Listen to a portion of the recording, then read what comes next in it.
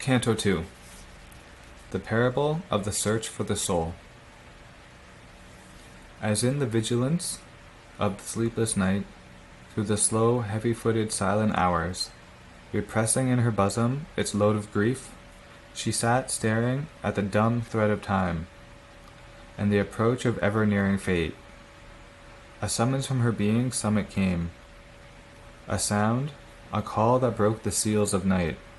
Above her brows where will and knowledge meet, a mighty voice invaded mortal space. It seemed to come from inaccessible heights, and yet was intimate with all the world, and knew the meaning of the steps of time, and saw eternal destiny's changeless scene, filling the far prospect of the cosmic gaze.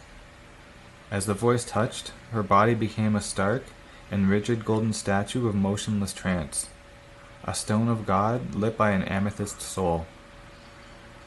Around her body's stillness all grew still. Her heart listened to its slow measured beats. Her mind, renouncing thought, heard and was mute. Why camest thou to this dumb, death-bound earth, this ignorant life beneath indifferent skies, tied like a sacrifice on the altar of time? O spirit, O immortal energy, if 'twas to nurse grief in a helpless heart, or with hard tearless eyes await thy doom, arise, O soul, and vanquish time and death. But Savitri's heart replied in the dim night, my strength is taken from me and given to death. Why should I lift my hands to the shut heavens, or struggle with mute inevitable fate, or hope in vain to uplift an ignorant race, who hug their lot and mock the Saviour light, and see in mind's wisdom's sole tabernacle, in its harsh peak and its inconscient base, a rock of safety and an anchor of sleep. Is there a God whom any cry can move? He sits in peace and leaves the mortal strength, impotent against his calm omnipotent law, and in conscience and the almighty hands of death.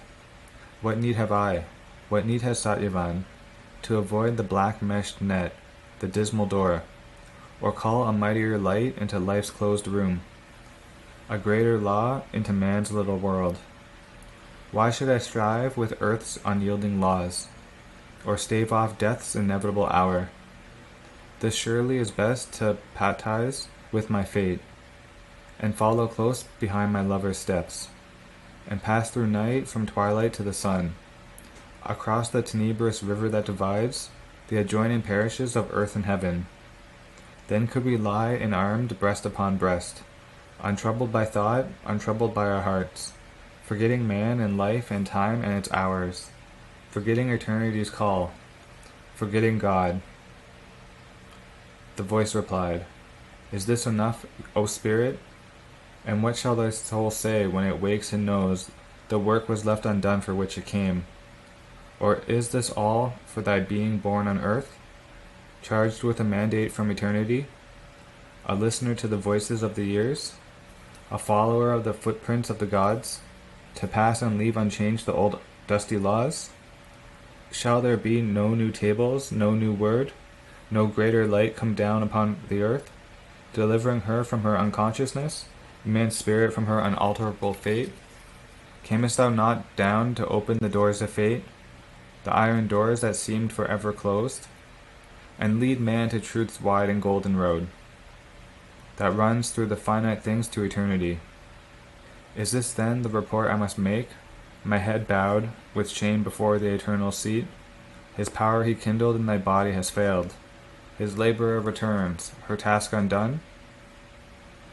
Then Savitri's heart fell mute, it spoke no word, but holding back her troubled rebel heart, abrupt, erect, and strong, calm like a hill, surmounting the seas of mortal ignorance, its peak immutable above mind's air, a power within her answered the still voice, I am thy portion here charged with thy work, as thou myself seated forever above. Speak to my depths, O great and deathless voice, command, for I am here to do thy will. The voice replied, remember why thou camest. Find out thy soul, recover thy hid self. In silence seek God's meaning in thy depths. Then mortal nature changed to the divine.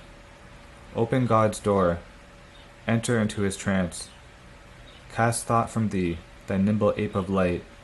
In his tremendous hush, stilling thy brain, his vast truth wake within and know and see. Cast from thee sense that veils thy spirit's sight. In the enormous emptiness of thy mind, thou shalt see the Eternal's body in the world. Know him in every voice heard by thy soul. In the world's contacts meet his single touch.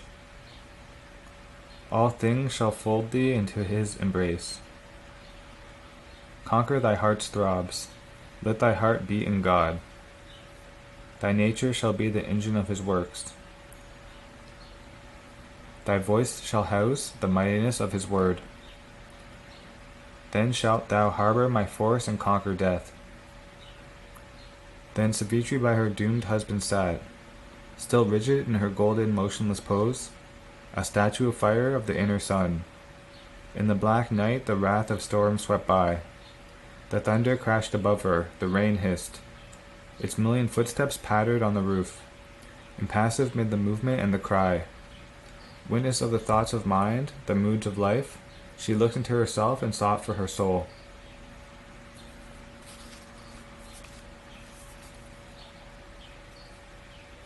A dream disclosed to her the cosmic past, the crypt seed and the mystic origins, the shadowy beginnings of world fate. A lamp of symbol lighting hidden truth. Image to her the world's significance. In the indeterminate formlessness of self, creation took its first mysterious steps. It made the body shape a house of soul. And matter learned to think and person grew.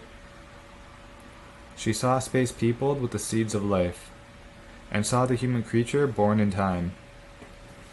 At first appeared a dim half-neutral tide, of being emerging out of infinite naught. A consciousness looked at the inconscient vast, and pleasure and pain stirred in the insensible void. All was the deed of a blind world energy. Unconscious of her own exploits she worked, shaping a universe out of the inane. In fragmentary being she grew aware, a chaos of little sensibilities, gathered round a small ego's pinpoint head. In it a sentient creature found its poise. It moved and lived a breathing, thinking whole. On a dim ocean of subconscious life, a formless surface consciousness awoke. A stream of thoughts and feelings came and went. A foam of memories hardened and became a bright crust of habitual sense and thought, a seat of living personality. And recurrent habits mimicked permanence. Mind nascent labored out mutable form. It built a mobile house on shifting sands, a floating isle upon a bottomless sea. A conscious being was by this labor made. It looked around it on its difficult field, in the green, wonderful, and perilous earth. It hoped in a brief body to survive, relying on matter's false eternity. It felt a godhead in its fragile house. It saw blue heavens, dreamed immortality. A conscious soul in the inconscious world, hidden behind our thoughts and hopes and dreams. An indifferent master signing nature's acts. Leaves the vice-regent mind a seeming king, in his floating house upon the sea of time. The regent sits at work and never rests. He is a puppet of the dance of time. He is driven by the hours, the moments call, compels him with the thronging of life's need, and the babble of the voices of the world. This mind no silence knows, nor dreamless sleep. In the incessant circling of its steps, thoughts tread forever through the listening brain. It toils like a machine and cannot stop. Into the body's many storied rooms. Endless crowd down the dream god's messages. All is a hundred-toned murmur and babble and stir. There is a tireless running to and fro, a haste of movement and a ceaseless cry. The hurried servant senses answer apace to every knock upon the outer doors. Bring in time's visitors, report each call. Admit the thousand queries and the calls, and the messages of the communicating minds, and the heavy business of unnumbered lives, and all the thousandfold commerce of the world. Even in the tracks of sleep is scant repose. He mocks life's steps in strange subconscious dreams. He strays in a subtle realm of symbol scenes. His night with thin air visions and dim forms, he packs her peoples with slight drifting shapes, and only a moment spends in silent self.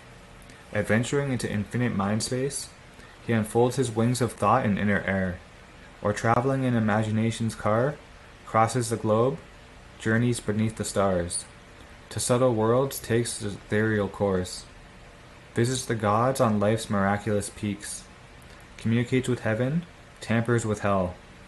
This is the little surface of man's life. He is this, and he is all the universe.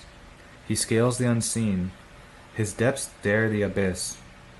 A whole mysterious world is locked within him. Unknown to him, he lives a hidden king. Behind rich tapestries and great secret rooms, an epicure of the spirit's unseen joys. He lives on the sweet honey of solitude, a nameless god in an unapproachable fane.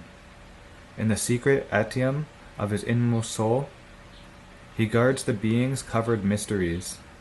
Beneath the threshold, behind the shadowy gates, or shut in vast cellars of unconscious sleep, the immaculate divine, all wonderful, casts into the argent purity of his soul, his splendor and his greatness and the light of self-creation and time's infinity, as into a sublimely mirroring glass. Man in the world's life works out the dreams of God. But all is there, even God's opposites. He is a little front of nature's works, a thinking outline of a cryptic force. All she reveals in him that is in her. Her glories walk in him, and her darknesses. Man's house of life holds not the gods alone. There are occult shadows, there are tenebrous powers, inhabitants of life's ominous nether rooms, a shadowy world's stupendous denizens, a careless guardian of his nature's powers. Man harbors dangerous foes in his house. The Titan and the Fury and the Jinn lie bound in the subconscious cavern pit, and the beast growls in his antler den. Dire mutterings rise and murmur in their drowse. Insurgent sometimes raises its huge head, a monstrous mystery lurking in life's deeps. The mystery of dark and fallen worlds, the dread visages of the adversary kings, the dreadful powers held down within his depths, become his masters or his ministers. Enormous they invade his bodily house, can act in his acts, infest his thought and life. Inferno surges into the human air, and touches all with its perverting breath. Grey forces like a thin miasma creep, stealing through the chinks in his closed mansion's doors, discoloring the walls of upper mind, in which he lives his fair and spacious life, and leaves behind a stench of sin and death. Not only rise in him perverse drifts of thought, and formidable formless influences, but there come presences in awful shapes. Tremendous forms and faces mount dim steps, and stare at times into his living rooms, or call upon for a moment's passionate work, lay a dire custom's claim upon his heart.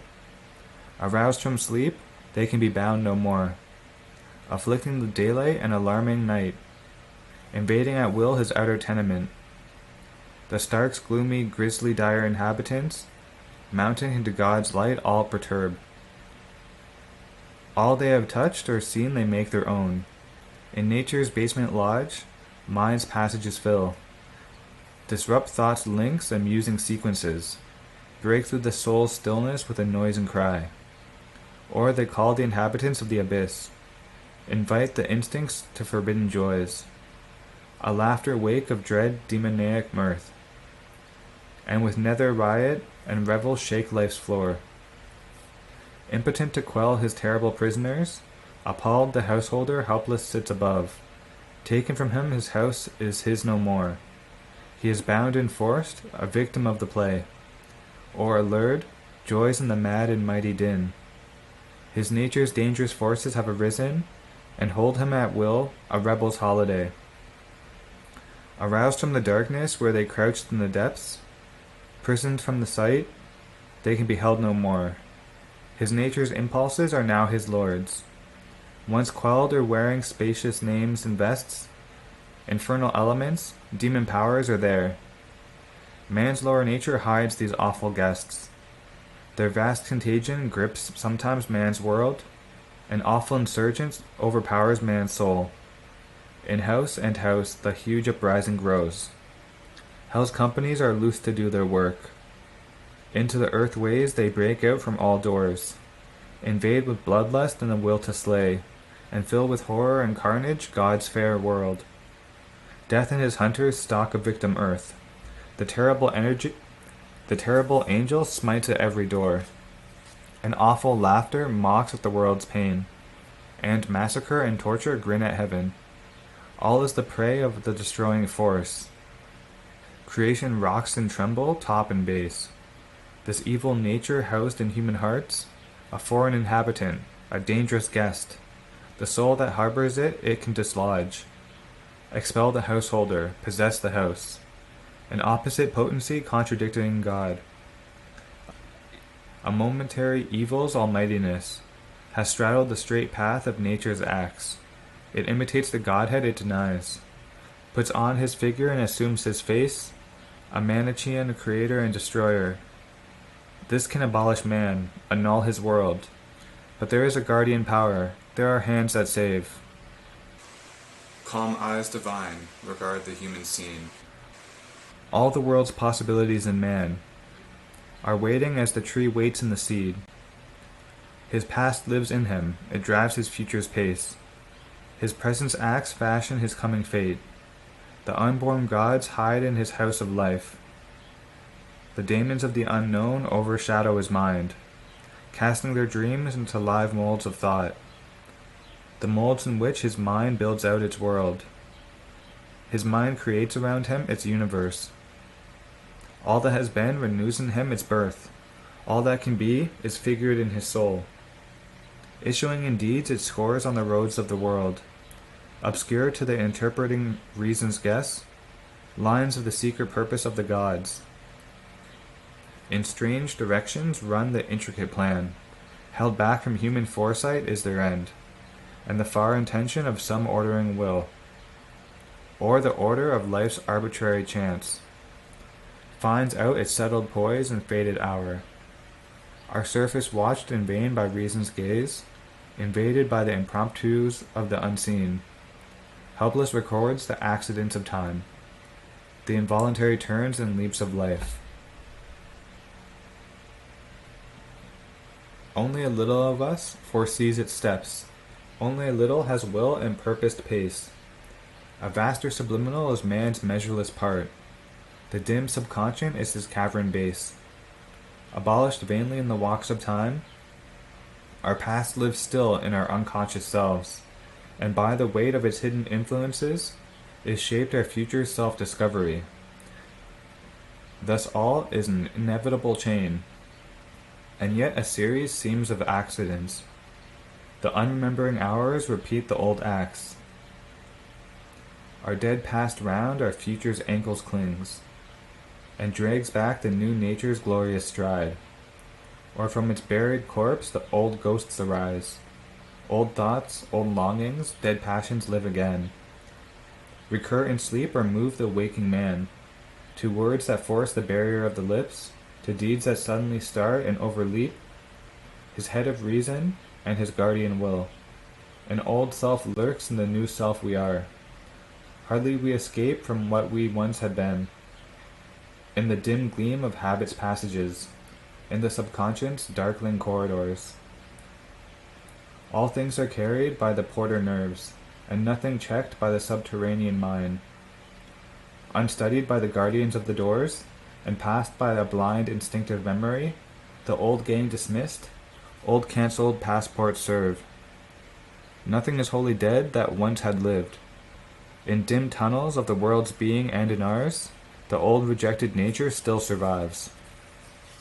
The corpses of its slain thoughts raise their heads and visit mind's nocturnal walks in sleep. Its stifled impulses breathe and move and rise. All keeps a phantom immortality. Irresistible are nature's sequences. The seeds of sin renounced sprout from hid soil. The evil cast from our hearts once more we face. Our dead selves come to slay our living soul. A portion of us lives in present time, a secret mass in dim inconscient gropes. Out of the inconscient and subliminal, arisen, we live in mind's uncertain light, and strive to know and master a dubious world, whose purpose and meaning are hidden from our sight. Above us dwells a superconscient God, hidden in the mystery of his own light. Around us is a vast of ignorance, lit by an uncertain ray of human mind. Below us sleeps the inconscient, dark and mute. But this is only matter's first self-view, a scale and series in the ignorance. This is not all we are, or all our world. Our greater self of knowledge waits for us, a supreme light in the truth-conscious vast. It sees from summits beyond thinking mind. It moves in a splendid air transcending life. It shall descend and make earth's life divine. Truth made the world, not a blind nature force. For here are not our larger, diviner heights. Our summits in the superconscience blaze, are glorious with the very face of God. There is our aspect of eternity. There is the figure of the God we are. His young, unaging look on deathless things. His joy in our escape from death and time. His immortality and light and bliss. Our larger being sits behind cryptic walls. There are greatnesses hidden in our unseen parts, that wait their hour to step into life's front. We feel an aid from deep indwelling gods. One speaks within, light comes to us from above. Our soul from its mysterious chamber acts. Its influence pressing on our heart and mind, pushes them to exceed their mortal selves. It seeks for good and beauty and for God. We see beyond self's walls, our limitless self. We gaze through our world's glass at half-seen vasts. We hunt for the truth behind apparent things. Our inner mind dwells in a larger light. Its brightness looks at us through hidden doors. Our members luminous grow, and wisdom's face appears in the doorway of the mystic ward. When she enters into our house of outward sense, then we look up and see, above, her son. A mighty life self with its inner powers supports the dwarfish modicum we call life. It can graft upon our crawl 2 puissant wings. Our body's subtle self is throned within, in its viewless palace of vertical dreams. There are bright shadows of the thoughts of God, in the prone obscure beginnings of the race. The human grew in the bowed ape-like man. He stood erect, a godlike form and force, and a soul's thoughts looked out from earth-born eyes. Man stood erect, he wore the thinker's brow. He looked at heaven and saw his comrade stars. A vision came of beauty and greater birth, slowly emerging from the heart's chapel of light, and moved in a white lucent air of dreams. He saw his being's unrealized vastnesses. He aspired and housed the nascent demigod, out of the dim recesses of the self. The occult seeker into the open came. He heard the far and touched the intangible. He gazed into the future and the unseen. He used the powers earth instruments cannot use, a pastime made of the impossible. He caught up fragments of the omniscience thought. He scattered formulas of omnipotence. Thus man in his little house made of earth's dust grew towards an unseen heaven of thought and dream, looking into vast vistas of his mind on a small globe dotting infinity. At last climbing a long and narrow stair, he stood alone on a high roof of things, and saw the light of a spiritual sun. Aspiring, he transcends his earthly self. He stands in the largeness of his soul newborn, redeemed from encirclement by mortal things, and moves in a pure, free, spiritual realm. As in a rare breath of a stratosphere, a last end of far lines of divinity, he mounts by a frail thread to his high source. he reaches his fount of immortality. He calls the Godhead into his mortal life. All this the Spirit concealed had done in her.